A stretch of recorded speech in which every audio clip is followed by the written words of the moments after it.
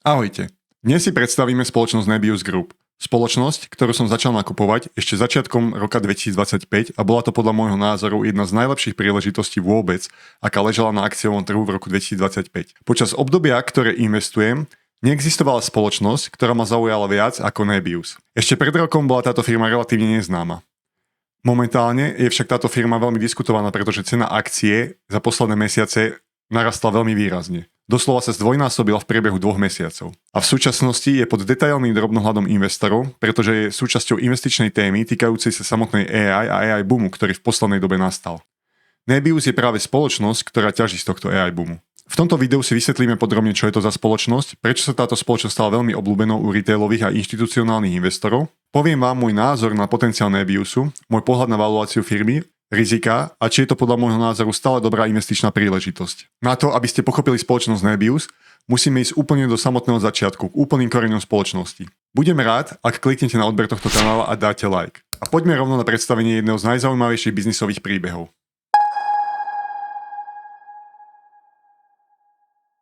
Príbeh Nebiusu sa začína v jednej z najikonickejších technologických spoločností východnej Európy, Yandexe. Yandex, často nazývaný Google of Russia, tzv. Ruský Google, bol digitálnym gigantom. Yandex bol založený v roku 1997 ako vyhľadávač pre ruský jazyk. Držal viac ako 60% podielu vo vyhľadávaní v Rusku počas svojho fungovania v období okolo roku 2010, čím efektívne konkuroval dominancii Google na ruskom trhu s viac než 140 miliónmi obyvateľov. V roku 2003 sa podľa niektorých zdrojov údajne zakladatelia Google Larry Page a Sergey Brin pokúsili Yandex kúpiť za $130 miliónov. Zakladatelia Yandexu Arkady Volos a Ilya Segalovič sa však rozhodli ísť vlastnou cestou. Ich motiváciou neboli len peniaze, ale presvedčenie, že rozumejú špecifikám ruskej morfológie a kultúry lepšie než algoritmus zo Silicon Valley. Zakladatelia Yandexu teda odmietli a vydali sa na cestu budovania veľkej technologickej firmy. O 8 rokov neskôr Yandex vstúpil na americkú burzu Nasdaq a získal $1,3 miliardy. Firma Google nikdy nedokázala ovládnuť ruský trh s vyhľadávaním. Tento detail je pre investorov Nebiusu dnes veľmi dôležitý, pretože ukazuje, že Arkady Volos, súčasný CEO Nebiusu, nie je len zakladateľ, ktorý predáva, ale je to zakladateľ, ktorý buduje. V roku 2003 mal na stôl exit za 130 miliónov a rozhodol sa bojovať s Googlom. Ilya Segalovič, druhý zakladateľ Yandexu, už nežije. Zomrel v roku 2013 na ťažkú chorobu. Celková hodnota spoločnosti Yandex pri vstupe na burzu v roku 2011 bola ohodnotená na viac ako $8 miliárd a v prvý deň obchodovania zrástla až na 11 miliárd. Bol to najväčší technologický IPO od čias samotného Google v roku 2004. Postupne sa z Yandexu stal technologický gigant. Ruský ekvivalent Google, Uberu a Amazonu zároveň. Dominoval nielen v internetovom vyhľadávaní, ale vybudoval aj vlastné mapy, digitálnu taxislužbu, e-commerce platformu a cloudové služby, a to nielen v Rusku, ale aj v okolitých krajinách. Išlo o technologickú firmu s viacerými biznismi a divíziami.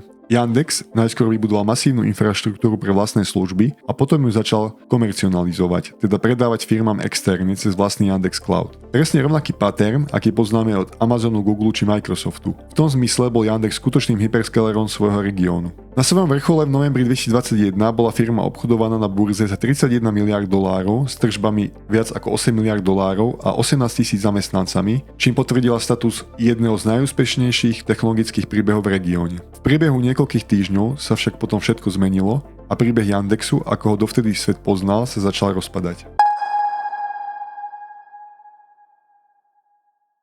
Vo februári 2022, keď Rusko napadlo Ukrajinu, zhruba 2000 ľudí z Yandexu, inžinieri, produktoví lídri, výskumníci, vrátane kľúčových členov zakladateľského tímu sa rozhodli pre odvážny krok. Odišli.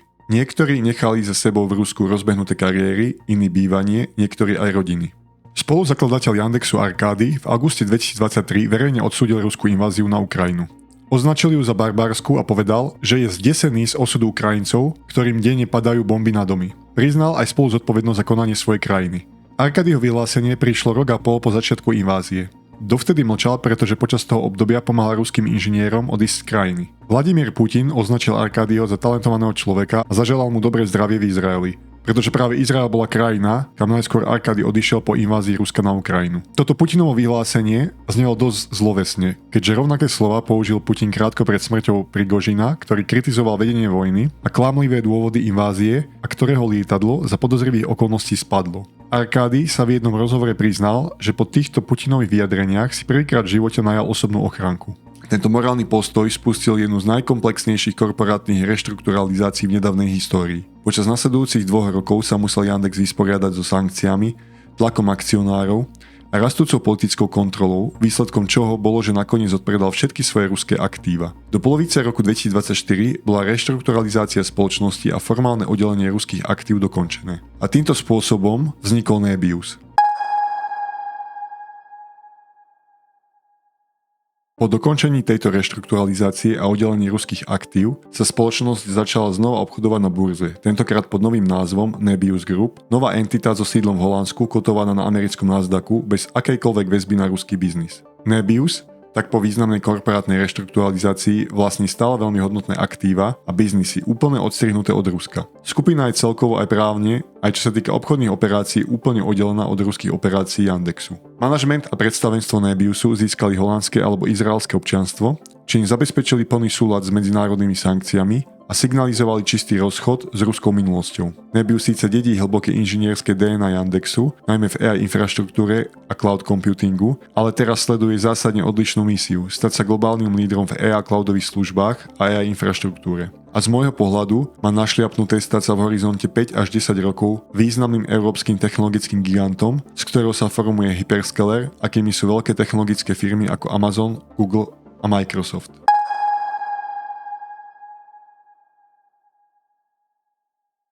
Jej hlavným biznisom je AI Cloud a budovanie infraštruktúry pre umelú inteligenciu. Pre tento typ firiem sa dnes často používa pojem NeoCloud, čo si môžeš predstaviť ako novú generáciu cloudov špecializovaných priamo na AI. Ale Nebius nie je len o cloude, má aj viacero ďalších zaujímavých biznisov a divízií. Everite, divízia autonómneho riadenia so sídlom v Austine v Texase, vyvíjajú technológiu pre autonómne taxíky a doručovacie roboty. Toloka, platforma na značenie dát, data labeling, čo je kľúčové pre trénovanie AI modelov. TripleTen, EdTech platforma, vzdelávací projekt, ktorý rekvalifikuje ľudí, napríklad bývalých taxikárov, na dátových analytikov a programátorov s vysokou úspešnosťou uplatnenia na trhu práce. Okrem toho má Nebius aj približne 25% podiel spoločnosti ClickHouse. A práve ClickHouse je extrémne zaujímavý príbeh. Vznikol ako interný projekt Yandexu. Je to vysoko výkonná databáza na analytiku v reálnom čase a používajú ju firmy ako Meta, Microsoft, Spotify či Cloudflare. Ale ešte zaujímavejšie je, že ClickHouse používa napríklad aj Anthropic, čo je jedna z najrýchlejšie rastúcich AI spoločností v súčasnosti. Anthropic beží čas svojich dát práve na ClickHouse. Ešte pred pár mesiacmi Anthropic odhadoval, že do konca roka 2026 dosiahne 20 až 26 miliard dolárov ARR. Vtedy to veľa ľudí považovalo za nereálne.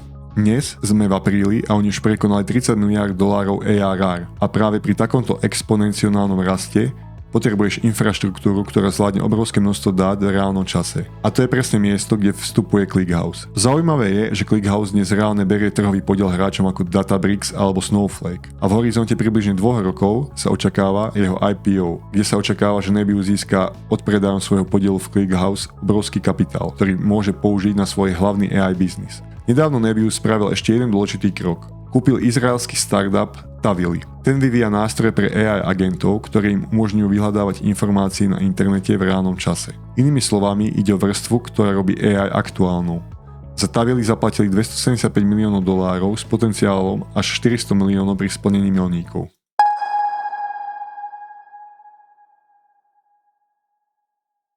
Zásadná otázka je, prečo bol Nebius tak dlho prehliadaný trhom a doslova ignorovaný inštitucionálnymi investormi. Najmä keď si zoberieš, že minulý rok sme videli obrovský boom AI a Nebius takmer nikto ho neriešil. Inštitucionálni investori ho nemali pod radarom, analytici z Wall Street ho prakticky nepokrývali. Odpoveď je prekvapivo jednoduchá. Nebius sa na burzu dostal úplne netradičným spôsobom. Kvôli svojim koreňom v Yandexe obišiel klasické IPO, žiadne roadshow, žiadny marketing pre investorov, takmer žiadne analytické pokrytie. Podľa CEO spoločnosti Arcadieho bol ich listing doslova improvizácia. V jednom rozhovore Arcady spomínal, že jedného dňa v októbri 2024 im zavolali z burzy z Nasdaqu so správou: Gratulujeme, opäť spĺňate podmienky. V pondelok začínate obchodovať znova na burze. V piatok dostali telefonát z Nasdaqu, že pôvodný listing Yandexu prejde na Nebius už v pondelok. To boli len 3 dní. Tým Nebiusu musel narýchlo splniť všetky regulačné požiadavky a pripraviť materiály prakticky bez času. A výsledok? akcia debutovala s minimálnou viditeľnosťou. Veľká časť akcií skončila v rukách retailových investorov a inštitucionálne pokrytie bolo veľmi slabé. A práve tu vznikla zaujímavá situácia. Máš na stole firmu s kvalitným AI biznisom, ale takmer nulovú pozornosť trhu. Tento rozpor medzi kvalitou a viditeľnosťou je presne to, čo robilo Nebius jednou z najasymetrickejších príležitostí v technológiách minulý rok. Dnes sa to už mení. Firma sa dostáva viac do pozornosti investorov. Ale stále je tu jeden zaujímavý fakt. Inštitucionálne vlastníctvo je len okolo 43%, čo je výrazne menej ako pri väčšine veľkých technologických firiem.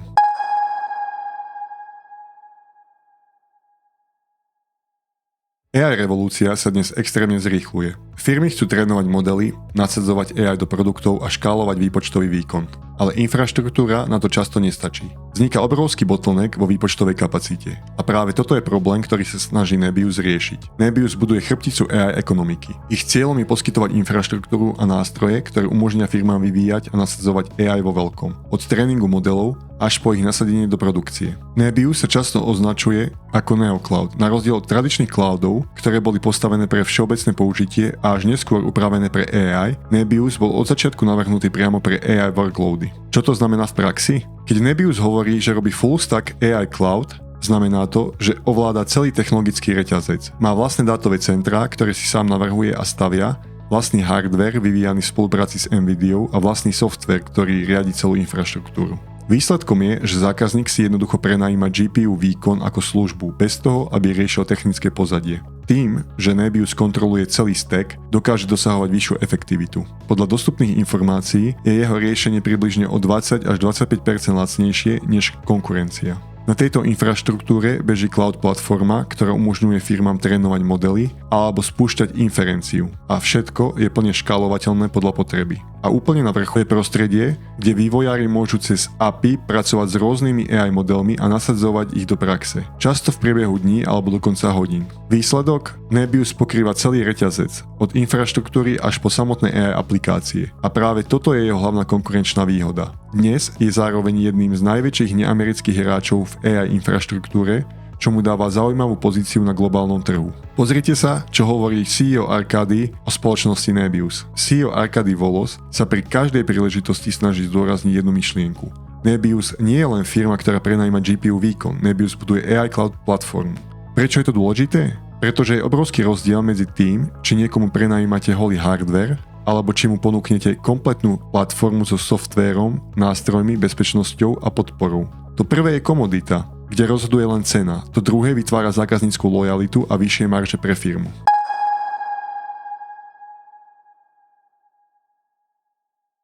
Zákazníkov Nebiusu rozdeľujeme na 4 kategórie. Prvá skupina sú AI native startupy. To je trh, kde Nebius začínal. Sú to rýchlo rastúce firmy, ktoré presne vedia, čo chcú. Potrebujú výkon rýchlo, často doslova cez víkend a sú veľmi citlivé na cenu. A práve títo zákazníci nutia Nebius byť maximálne efektívny. Zároveň tu vznikajú budúci víťazi. Dnešný startup môže byť o pár rokov napríklad nový Salesforce. A niektorí zákazníci z tejto kategórie môžu byť pre Nebius významnými nositeľmi tržieb. Na druhej strane ide o rizikovú kategóriu zákazníkov, pretože veľa startupov skrachuje. Arkady priamo povedal, že niektoré z týchto startupov v roku 2025 zanikli, ale iné sa menia na reálne firmy s reálnymi tržbami a reálnym dopytom. Ich produkty sa používajú čoraz viac a viac, škálujú sa veľmi rýchlo. Takže Nebius v podstate rastie spolu so svojimi zákazníkmi a to je presne ten model, ktorý chcete vidieť. Arkady teda naznačil, že už medzi ich zákazníkmi v tejto kategórii je možné vidieť budúcich víťazov. Druhá skupina zákazníkov sú veľké AI laboratória, respektíve hyperscalery. To sú najväčší hráči, ktorí potrebujú obrovské množstvo výpočtového výkonu na trénovanie modelov. A práve tu sa odohrávajú tie najväčšie kontrakty. Microsoft podpísal 5-ročný kontrakt na 19,4 miliardy dolárov. Meta prišla najprv s 3 miliardami v decembri 2025 a v marci 2026 rozšírila spoluprácu s Nebiusom na 27 miliard dolárov, z toho 12 miliard za dedikovanú kapacitu na najnovších Nvidia Vera Rubin čipoch a ďalších 15 miliard za dodatočný výkon. A teraz kľúčová otázka. Prečo si takíto veľkí hráči ako Meta a Microsoft nebudujú AI infraštruktúru sami? Dôvodov je viac. Poprvé čas. Budovanie dátových centier a infraštruktúry trvá roky. Ale dopyt po AI rastie dnes. Po druhé, kapacita. Aj tí najväčší hráči jednoducho nestíhajú pokryť celý dopyt vlastnými silami. A po tretie, flexibilita. Prenájom infraštruktúry im umožňuje rýchlo škálovať hore aj smerom nadol, bez toho, aby museli viazať miliardy do vlastných dátových centier. Inými slovami, aj hyperscalery dnes outsourcujú časť AI infraštruktúry, pretože je to rýchlejšie a efektívnejšie. A výsledkom tohto správania hyperscalerov je, že backlog Nebiusu sa blíži k 50 miliardám dolárov na najbližších 5 rokov len od týchto dvoch zákazníkov. A to si zoberte, že firma Nebius mala ešte len prednedávnom ročné tržby okolo 500 miliónov. Tretia skupina sú korporátni zákazníci. A toto je pre Nebius strategický cieľ na najbližších 5 až 10 rokov. Na rozdiel od startupov sú korporácie konzervatívnejšie. Nehľadajú len surový výkon, ale ucelenú platformu a softverové nástroje. Medzi prvých klientov z tohto segmentu patria firmy ako Shopify a Cloudflare. A práve preto Nebius investuje do svojej softwarovej vrstvy, ako Token Factory a nedávnej akvizície izraelského startupu Tavily, aby bol atraktívny aj pre týchto zákazníkov z kategórie Enterprise. Štvrtá skupina sú národné AI iniciatívy. Štáty si uvedomujú, že AI je strategická infraštruktúra a chcú mať vlastnú kapacitu. Nebius sa do toho aktívne zapája. Napríklad v Izraeli buduje národné dátové centrum a v Spojenom kráľovstve má nové dátové centrum slúžiť aj verejnému sektoru. Očakáva sa, že tieto národné iniciatívy budú v Európe narastať, ak Európa nechce, aby ušiel vlak v súvislosti s AI.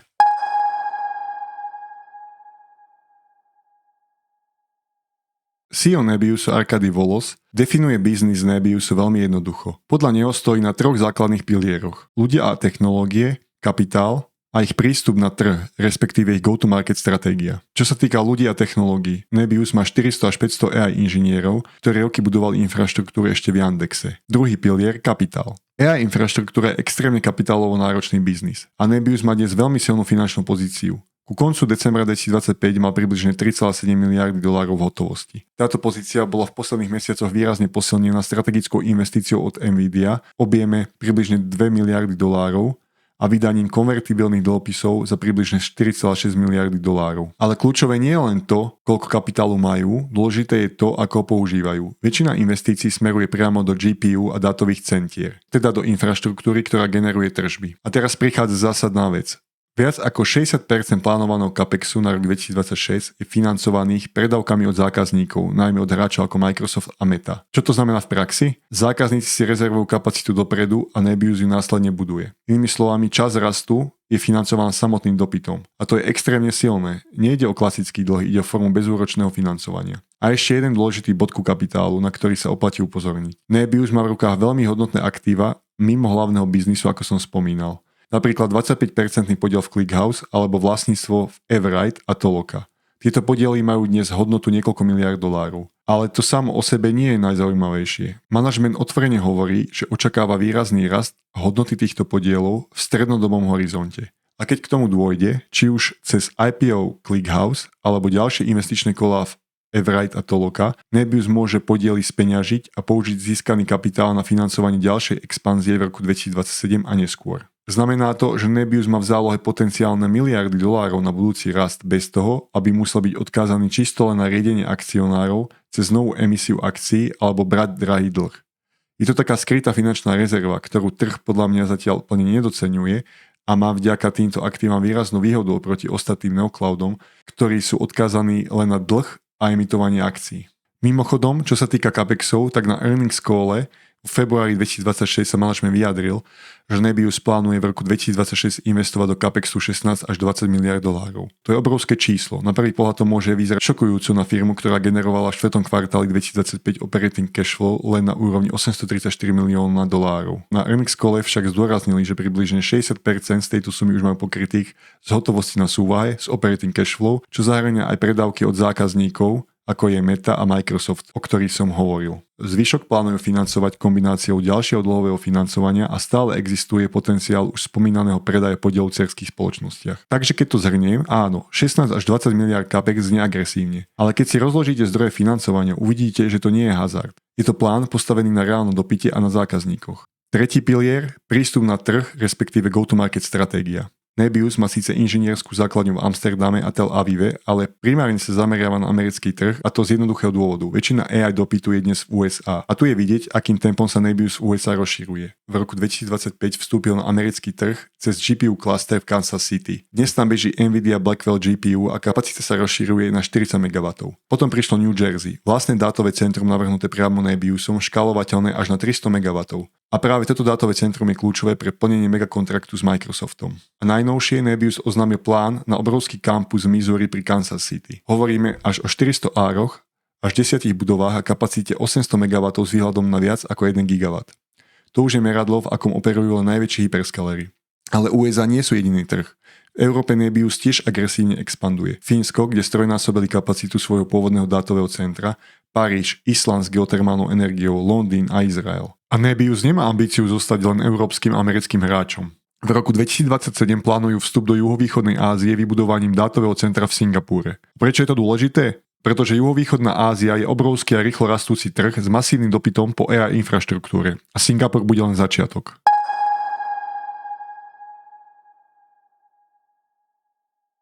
Prečo si zákazníci vyberajú práve Nebius a nie konkurenciu? Sú za tým 4 hlavné dôvody. Prvý dôvod, ľudia a technologický talent. Keď CEO Arcady s manažmentom odišli z Yandexu, prišlo s nimi spolu asi 1300 inžinierov, z toho 400 špecialistov na umelú inteligenciu a strojové učenie. Títo ľudia viac ako 10 rokov budovali jednu z najsofistikovanejších technologických platform v Európe. A teraz robia to isté pre Nebius, len bez obmedzení, ktoré mali v Rusku. Konkrétne to znamená, že Nebius navrhuje vlastné servery a reky priamo v spolupráci s Nvidia. Nekupujú hotové riešenia, napríklad od Dellu s prirážkou, ale obstarávajú hardware priamo od tajvanských výrobcov. A výsledok? Lepšie chladenie, rýchlejšie nasadenie nových čipov a nižšie náklady. Druhá konkurenčná výhoda – cena. Nebius je často 20 až 25% lacnejší než priemerný GPU poskytovateľ. Jeden zo zákazníkov, firma Centemel, ich označil za najlepšie riešenie, čo sa týka výkonu za $1 na trhu. A to nie je len preto, že by šetrili na kvalite. Je to výsledok toho, že vlastnia celý stack od hardvéru po software a nemusia platiť licenčné poplatky tretím stranám. Tretia konkurenčná výhoda – spoľahlivosť. Toto znie celkom nudne alebo ako klišé, ale v AI infraštruktúre je to kritické. Keď trénujete veľký model týždne a server vám padne, môžete prísť o dni práce. Firma Lynx Analytics povedala, že u predchádzajúceho poskytovateľa im 2x za 7 mesiacov zlyhali dáta. Po prechode na Nebius tento problém zmizol. Nebius buduje tzv. Auto-healing infraštruktúru, tzv. Systém, ktorý automaticky detekuje a opravuje poruchy na každej vrstve. Predstavte si, že máte tisíce GPU čipov, bežiacich nepretržite. Niečo sa vždy pokazí. Čip sa môže prehriať, vypadne prepojenie, spadne proces. V bežnom dátovom centre musí prísť technik a problém rieši manuálne. Auto-healing infraštruktúra to robí sama. Automaticky detekuje poruchu, presmeruje záťaž na zdravý hardware a zákazník si ani nevšimne, že sa niečo stalo. Preto Nebius dosahuje vyššiu spoľahlivosť a nižšie prevádzkové náklady než konkurencia. Štvrtá konkurenčná výhoda Nebiusu – energetická efektivita. Ich fínske dátové centrum dosahuje PUE, tzv. Power Usage Effectiveness 1,13, čo je približne rovnaká trieda alebo hodnota, ako dosahuje Microsoft a Google. Power Usage Effectiveness je dôležitá metrika, ktorá sa používa na meranie efektivity dátového centra. A Nebius je v tejto metrike naozaj veľmi silný. Nebius používa free cooling, teda chladenie vonkajším vzduchom bez klasických chladičov. A navyše odpadové teplo zo serverov využívajú na vykurovanie okolitého mesta. Za 4 roky takto opätovne využili viac ako 80 000 MWh tepla, čo pokrylo vykurovanie asi 2500 fínskych domácností. A ešte jedna veľmi dôležitá vec, ktorá spája všetky tieto 4 konkurenčné výhody, vzťah s Nvidia. Nvidia nie je len dodávateľ čipov, je to strategický partner, zákazník a akcionár v jednom. Tento vzťah siaha viac ako 10 rokov ešte z čias Yandexu. Dnes to znamená, že Nebius je medzi prvými na svete, kto dostáva prístup k novým generáciám GPU od Nvidia, ako je Blackwell Ultra a čoskoro nová generácia Vera Rubin. Keď Nvidia vloží do firmy 2 miliardy, je to najsilnejšia validácia, akú môžete v tomto odvetví dostať.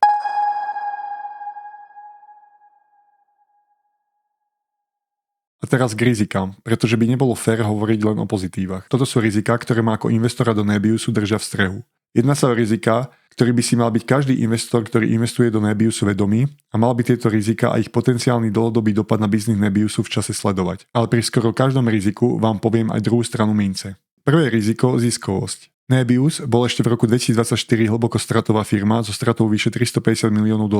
V roku 2025 sa síce dostal na úroveň mierneho čistého zisku, ale upravená EBITDA za celý rok bola stále v mínuse. EBIT bude podľa guidance negatívny aj v roku 2026, pretože firma masívne investuje do infraštruktúry a odpisy stále prevyšujú prevádzkový zisk. Kladný zisk na akciu v zmysluplnom rozsahu sa očakáva najskôr v roku 2027, respektíve 2028. Ale treba sa na to pozrieť v kontexte toho, v akej fáze životného cyklu sa Nebius nachádza. Táto firma je v extrémnej rastovej fáze. Buduje vo veľkom AI infraštruktúru a toto pripomína príbeh Amazonu, ktorý bol tiež dlhé roky stratový, pretože sa sústredil na rast a budovanie trhového podielu namiesto okamžitej ziskovosti. Ziskovosť na úrovni podniku nie je v tejto fáze pre Nebius kľúčová. Čo je kľúčové je to, či existuje cesta k ziskovosti, k profitabilite a ako rýchlo sa k nej firma blíži. A tu treba sledovať marže a ich vývoj pri škálovaní. Návratnosť jedného GPU je okolo 2,5 až 3 rokov, čo je v súlade s priemyslom. Firma nie je stratová preto, že biznis model nefunguje, je stratová preto, že rastie tak rýchlo, že investície predbiehajú tržby. A marže vám presne povedia, ako rýchlo sa tá cesta k ziskovosti skracuje. V druhom kvartáli 2025 bola EBITDA marža core biznisu 10%. treťom 19% a štvrtom kvartáli už 24%. Manažment cieli dlhodobé EBIT marže na úrovni 30%, čo je porovnateľné s AWS od Amazonu. Takže keď sledujete tento trend, vývoj marží 10%, 19% a 24% na EBITDA marža v štvrtom kvartáli, vidíte, že cesta k profitabilite nielen existuje, ale firma po nej ide rýchlejšie, než väčšina čakala. Druhé riziko, nikdy nekončiaci cyklus investícií a znehodnocovanie čipov v čase. Približne 80% capexu Nebiusu smeruje do GPU čipov, ktoré sa na prvý pohľad zdajú ako rýchlo sa znehodnocujúce aktíva. Keďže Nvidia uvádza nové generácie prakticky každý rok. V praxi sa však GPU nestávajú zastaranými zo dňa na deň. Nebius stále využíva H100 generáciu čipov na inferenciu a tieto čipy boli ešte v marci 2026 vypredané. Staršie generácie čipov sa nevyhadzujú, ale presúvajú sa na menej náročné pracovné úlohy, čím sa výrazne predĺžuje ich ekonomická životnosť. Vzniká tak tzv. Kaskadovitý model využitia. Najnovšie GPU sa používajú na tréning modelov, zatiaľ čo staršie zostávajú hodnotné pre inferenciu a fine-tuning. Navyše, Nebius navrhuje vlastné reky a infraštruktúru tak, aby boli kompatibilné s budúcimi generáciami GPU, čo znižuje náklady na upgrade a zvyšuje flexibilitu pri obmene hardvéru. Pred pár mesiacmi sa na trhu objavil medvedí argument, s ktorým prišiel známy investor Michael Berry. Jeho téza bola, že GPU sa znehodnotia už v priebehu 2 až 3 rokov. Realita je však zatiaľ opačná. Aj 5 až 6 rokov sa dnes môže javiť ako príliš pesimistický odhad. Staršie GPU sa stále aktívne používajú a ich ceny na sekundárnom trhu dokonca rastú. A toto je veľmi dôležitý ako protiargument k tomuto riziku. Zároveň však platí, že pomalšie znehodnocovanie je dnes do veľkej miery dôsledkom nedostatku ponuky. Ak sa ponuka a dopyt v budúcnosti vyrovnajú, tempo znehodnocovania sa môže opäť zrýchliť, čo predstavuje dôležité riziko, ktoré určite treba sledovať v čase. Tretie riziko. Závislosť od megakontraktov. Microsoft a Meta spolu tvoria obrovskú časť budúcich tržieb. Ak by sa dopyt po AI spomalil, títo klienti môžu obmedziť využívania služieb. Lenže pozrieme sa na realitu. Jensen Huang na GTC konferencii 2025 projektoval, že globálny capex dátových centier presiahne $1 bilión do roku 2028. Dokonca aj Andy Jassy, šéf Amazonu, priznal, že AI cloudový biznis AWS by mohol rásť rýchlejšie, keby neboli kapacitné obmedzenia. Dopyt dnes masívne prevyšuje ponuku a Nebius je opakovane vypredaný. Každý earnings call Nebius zdôrazňuje, že je sold out. Všetko, čo postavia, okamžite predajú. Okrem toho, kontrakty s Microsoftom a Metou sú spojené s predávkami, takže veľkú časť rizika pokrývajú ešte pred dodaním. Ako nejaký ďalší protiargument k tomuto riziku je skutočnosť, ktorú som spomínal, že Nebius chce zvyšovať významnú zákaznícku bázu v segmente Enterprise, čiže v segmente korporátnych zákazníkov, ktorí majú byť hlavnými nositeľmi tržieb do budúcna z používania AI cloudu Nebiusu. Štvrté riziko, hrozba komoditizácie. Čo ak sa z AI cloudu stane bežná komodita, kde rozhoduje len najnižšia cena? Tu si treba uvedomiť, že to dnes vôbec nie je komoditný trh. Dodávateľské reťazce sú stále obmedzené. Nové AI modely vyžadujú 100-krát viac výpočtového výkonu než predchádzajúce generácie a podniky len začínajú s adopciou AI vo veľkom. Kým ponuka nedoženie dopyt, a to bude trvať roky, poskytovateľi ako Nebius majú silnú cenovú sílu. A navyše, Nebius neponúka len holé GPU, buduje AI platformu, softvérovú vrstvu, Token Factory a spravil aj akvizíciu izraelského startupu Tavily, čo vytvára zákaznícku lojalitu a odlišuje ich od čistých GPU resellerov. Piaté riziko, riedenie akcií. Firma potrebuje neustále nový kapitál na rast. Konvertibilné dlhopisy a programy na vydávanie nových akcií znamenajú, že podiel existujúcich akcionárov sa postupne zmenšuje. Posledné mesiace sme boli svedkami, ako Nebius emitoval konvertibilné dlhopisy a vydával programy na emisie nových akcií. Konvertibilné dlhopisy a programy na vydávanie nových akcií znamenajú, že podiel existujúcich akcionárov sa postupne zmenšuje. Toto je síce pravda, ale je rozdiel medzi riedením na prežitie a riedením na rast. Keď firma riedi akcionárov, pretože dopyt po jej službách prevyšuje kapacitu a potrebuje financovať expanziu, to je iná situácia. Hodnota firmy v takom prípade rastie rýchlejšie než počet akcií. A toto je presne podľa mňa prípad Nebiusu. A čo je dôležité, Nebius má aj iné zdroje kapitálu.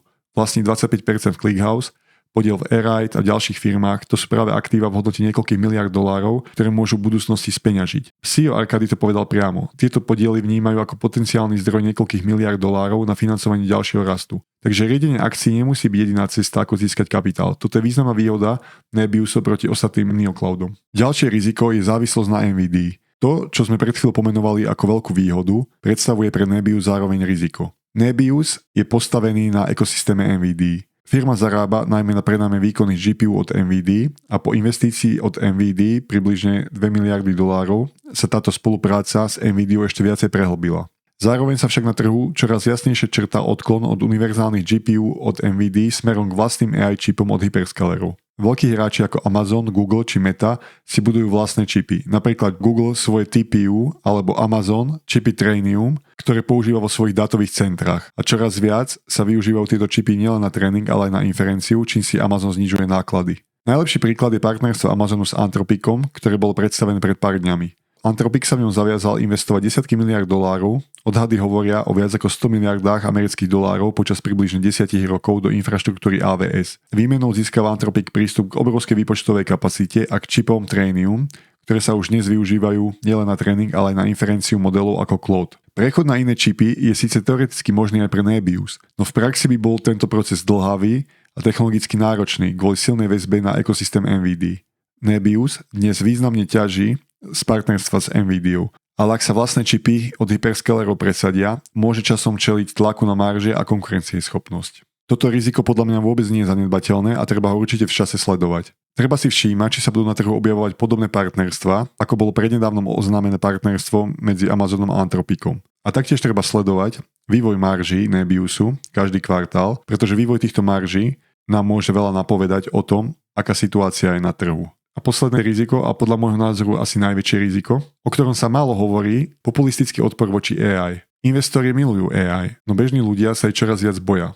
Bežní ľudia sa boja o prácu aj zmeny, ktorým nerozumejú. Tento strach sa už premenia aj na konkrétne politické kroky. V americkom štáte Maine pred niekoľkými týždňami prijali historicky prvý zákon v USA, ktorý zavádza moratórium na výstavbu veľkých dátových centier. Platí to do konca roku 2027. A aspoň 10 ďalších amerických štátov zvažuje podobné opatrenia. Podľa prieskumov je až 60% Američanov proti výstavbe datových centier v ich komunitách. Ľudia sa sťažujú na vyššie účty za elektrínu, spotrebu vody, zabrané pozemky a paradoxne výsledkom má byť technológia, ktorá ich v podstate môže pripraviť o prácu. Čiže toto sa veľmi ťažko politicky predáva ľuďom. Toto sa už začína týkať aj konkrétnych hráčov na trhu, ako napríklad aj Nebius. Napríklad Nebius plánuje výstavbu 300 MW datového centra v Birminghame v Alabame, no čelí rastúcemu odporu miestnych aktivistov. Podľa dostupných dát je už približne polovica plánovaných dátových centier v USA pre rok 2026 oneskorená alebo úplne zrušená. Ak politici začnú blokovať povolenia a spomaľovať výstavbu kvôli tlaku masívnejšieho počtu ich voličov, celý investičný cyklus sa môže výrazne pribrzdiť. Riziko sa už začína postupne objavovať,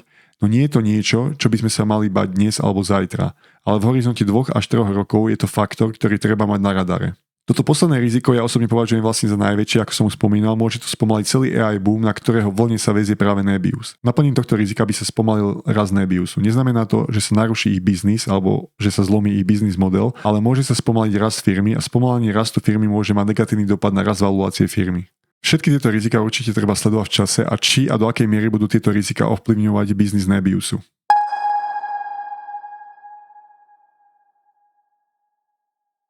A pozrieme sa teraz na tento graf, ktorý ukazuje, ako rýchlo rastie dopyt po dátových centrách a hlavne čo ho dnes ťahá.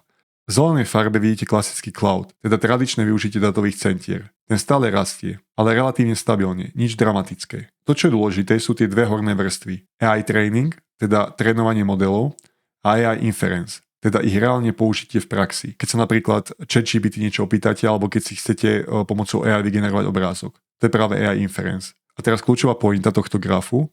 Celková kapacita AI výpočtového výkonu má narast zo 7 GW v roku 2023 na viac ako 80 GW do roku 2034. To je približne 28% ročný rast počas najbližších 10 rokov. A čo je ešte dôležitejšie, najrýchlejšie rastie práve AI, nie tradičný cloud.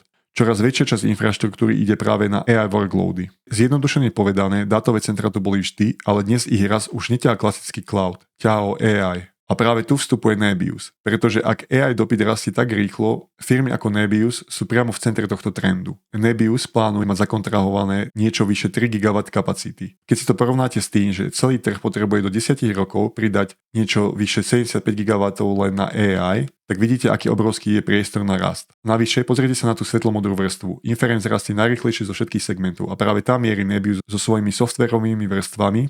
Tento graf, ktorý som vám ukázal, očakával rast AI infraštruktúry. Realita je, že ten rast dnes ide ešte rýchlejšie. Firmy ako Microsoft, Meta alebo Amazon investujú desiatky miliárd dolárov ročne do AI infraštruktúry. A najväčší problém už nie je len výkon, ale aj energia a schopnosť stavať nové dátové centra. Inými slovami, bottleneck, nedostatok, o ktorom sa tu hovorí, je dnes ešte väčší, než sa pôvodne očakával. Zatiaľ, čo dnes dominujú tradičné workloady, okolo roku 2027 nastáva zlom, keď AI inference, teda reálne používanie AI, začne predbiehať samotné trénovanie modelov. Do roku 2030 tak AI bude tvoriť takmer polovicu celého dopytu po datových centrách. Aký je rozdiel medzi AI tréningom a AI inferenciou? Tréning je, keď model učíte, dáte mu obrovské množstvo dát a on sa z nich týždne alebo mesiace učí. Tu robíte raz, možno raz za pár mesiacov. Vyžaduje si to masívny výpočtový výkon na týždne až mesiace. Príklad, keď OpenAI trénoval napríklad ChatGPT 4, spotreboval tisíce GPU nepretržite po niekoľko mesiacov. Inferencia je, keď ten model reálne používate.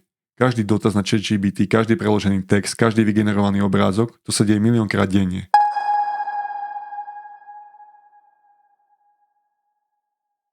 A teraz si pozrieme čísla, ktoré hovoria za všetko. Ľavý graf ukazuje, ako Nebius plnil vlastné prognózy na rok 2025. Ešte v oktobri 2024 dali prvý odhad ARR, teda anualizovaných opakujúcich sa tržieb. V novembri 2025 ho zvýšili na 900 miliónov až 1,1 miliardy. A skutočnosť? Výrazne nad hornú hranicu vlastného odhadu.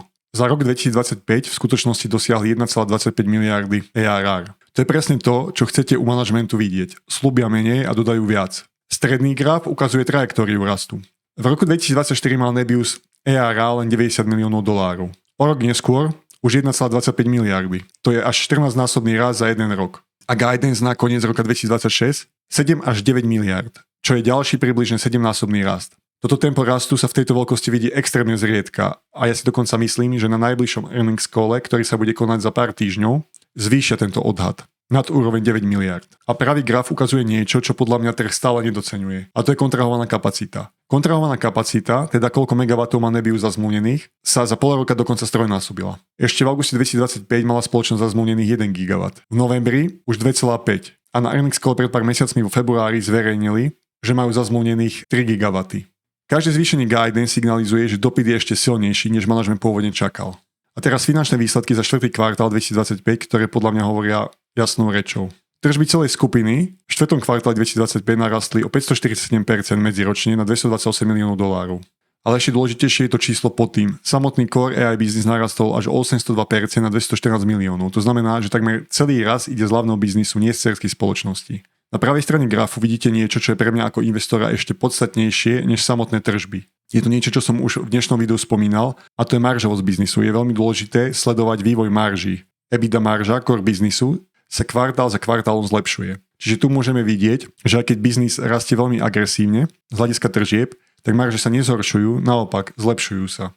To je jasný trend operation leverage alebo tzv. Operačnej páky. To znamená, že ako biznis Nebiusu rastie, s každým tým dosiahnutým eurom na tržbách alebo s každým tým megawattom kapacity, ktorý zapnú, zarábajú efektívnejšie. A to je veľmi dôležité. A ešte je dôležité spomenúť, že guidance na rok 2026 je 40% na EBITDA marža. Čiže ďalší náraz z tejto úrovne 24%. Keď vidíte tento trend 10, 19, 24, tak tých 40%, ktoré plánujú na rok 2026, nevyzerá ako nerealistický scenár. Navyše, keď sa už začnú prejavovať tržby od hyperscalerov.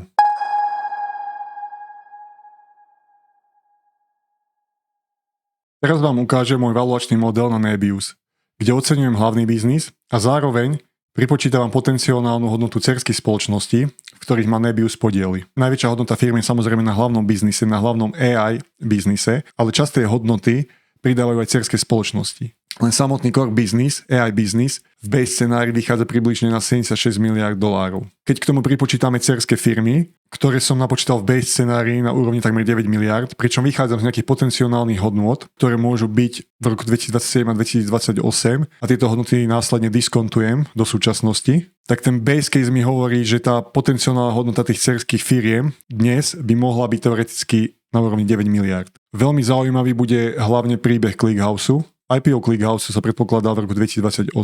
Valuácia posledného investičného kola bola na úrovni 15 miliárd. Potenciál IPO valuácie ClickHouseu je na úrovni medzi 25 až 40 miliárd. Keď k hlavnému biznisu pripočítame hodnotu dcerských firiem, odpočítame aktuálny dlh spoločnosti, dostávame sa k valuácii na úrovni približne 80 miliárd dolárov, čo je výrazne nad dnešnou trhovou kapitalizáciou, ktorá je okolo 40 miliárd. Čiže upside tam určite stále vidím. Všetko závisí od vstupov a predpokladov. V base case scenári očakávam, že Nebius bude mať ku koncu roka 2027 aktívny výkon minimálne 1300 MW počas celého roka. To znamená, že výkon, ktorý dosiahnu ku koncu roku 2026, plus to, čo budú postupne zapájať v roku 2027. Keď si namodelujem aktuálny počet akcií, ktorý sa samozrejme počas prvého kvartálu 2026 výraznejšie navýšil oproti koncu roku 2025, pretože tam došlo k dilúcii akcionárov, či už kvôli investícii NVIDIA, alebo kvôli emitovaniu konvertibilných dlhopisov, tak môj odhad je, že ten aktuálny dilutovaný počet akcií niekde na úrovni 330 miliónov. A z toho mi vychádza, že tá férová hodnota u mňa v mojom base case scenárii niekde na úrovni $240. Samozrejme všetko závisí od vstupov a predpokladov, toto je môj odhad na valuáciu. Kebyže ja odrátam úplne hodnotu dcerskej spoločnosti a dáme sa na miesto 9 miliard base case scenárii 0, tak hodnota Nebiusu bez týchto dcerských spoločností, teda hodnota len ich AI hlavného biznisu, mi vychádza na úrovni $213. Aj napriek výraznému nárastu za posledné mesiace si myslím, že Nebius vôbec nie je nadhodnotený. Naopak, stále si myslím, že je pod svojou férovou hodnotou a stále tam je veľký upside na valuácii. Samozrejme, toto je môj valuačný model, ide o to, aké si zvolíte predpoklady. Každý si musí spraviť na to svoj názor.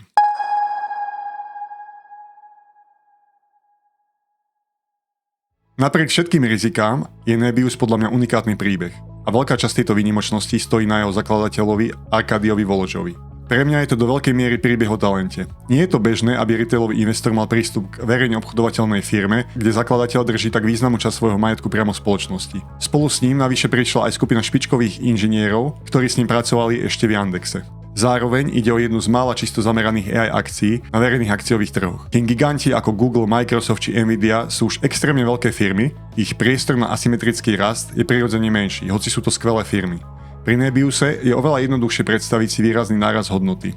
Samozrejme za cenu vyššieho rizika. Zároveň ale dôležité povedať jednu vec. Nie je bežné, aby sa investícia zdvojnásobila alebo strojnásobila v tak krátkom čase. Cena akcie Nebiusu sa prakticky zdvojnásobila za približne 2 mesiace. Pre kontext, index S&P 500 sa historicky zdvojnásoboval zhruba každých 7 až 10 rokov. Čiže ak by ste investovali do S&P 500, tak môžete očakávať, že vaše investované sumy sa zdvojnásobia každých 7 alebo 10 rokov. To znamená, že takéto rýchle zhodnotenie, ako bol pri Nebiuse, je v investorskom svete skôr výnimočné než štandard. Preto nie je vôbec nič zlé na tom, keď si ľudia vyberú zisky pri tomto náraste. Je to každá osobná vec, ale ja to neurobím.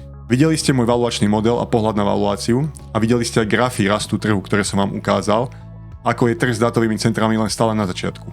Z môjho pohľadu sme stále na začiatku AI boomu. Ja osobne mám v Nebiuse vybudovanú pomerne veľkú pozíciu. Nakupoval som najmä počas roka 2025, keď sa cena akcie pohybovala približne medzi 25 a 90 dolármi. Pričom najväčšie nákupy som realizoval v pásme medzi 50 až 70 dolárov. Vtedy som nadobudol presvedčenie, že z tejto firmy chcem vybudovať jednu z najväčších pozícií v portfóliu. Po výraznom raste v posledných mesiacoch sa Nebius stal mojou najväčšou pozíciou a prekonal aj dovtedy najväčšiu pozíciu SoFi Technologies, ktorú som opisoval ako svoju najväčšiu pozíciu v mojom prvom investičnom videu. Ja osobne na týchto úrovniach nepredávam, ale zároveň ani nenakupujem. Mám už vybudovanú veľkú pozíciu, ktorá tvorí významnú časť môjho portfólia. Myslím si, že Nebius je stále len na začiatku svojho príbehu. Aj keby ste sa na to pozerali čisto tematicky a nie z fundamentálneho hľadiska, tak AI je dnes na akciovom trhu jedna z najsilnejších investičných tém a Nebius je do nej podľa mňa veľmi dobre pozíciovaný. Na druhej strane, rizika tam určite sú. O tých som hovoril v priebehu videa. Každý si musí zvážiť sám, či je takáto investícia pre neho vhodná. Akcia je však extrémne volatilná. Videli sme to aj koncom roka 2025, keď akcia klesla v priebehu niekoľkých dní o desiatky percent. Je veľmi citlivá na sentiment okolo AI a aj makroekonomické prostredie. Preto vždy pri tejto akcii treba rátať s vysokou volatilitou. Napriek volatilite si myslím, že Nebius má v horizonte niekoľkých rokov potenciál stať sa výrazne väčšou firmou. Ak firma bude pokračovať v tomto trende a exekúcii ako doteraz, dnešná cena akcie môže o niekoľko rokov spätne pôsobiť zanedbateľne. Môj osobný odhad je, že cena akcie by sa do roku 2030 mohla pohybovať na úrovni 500 a viac dolárov. Toto nie je investičné odporúčanie, je to len môj pohľad a názor. Každý by si mal spraviť vlastnú analýzu a názor, len tak dokáže nadobudnúť presvedčenie, či je to pre neho vhodná investícia alebo nie. Ako som spomínal, ide o veľmi volatilnú a rizikovú akciu, ktorá nie je pre každého. Vždy je dôležité zvážiť svoj investičný horizont, pretože z krátkodobého hľadiska sa akcia môže prepadnúť aj o desiatky percent. Ďakujem, že ste video dopozerali až do konca. Jednalo sa o dlhšie video. Budem rád, ak dáte like a zvážite odber tohto kanála. A my sa vidíme v ďalšom investičnom videu.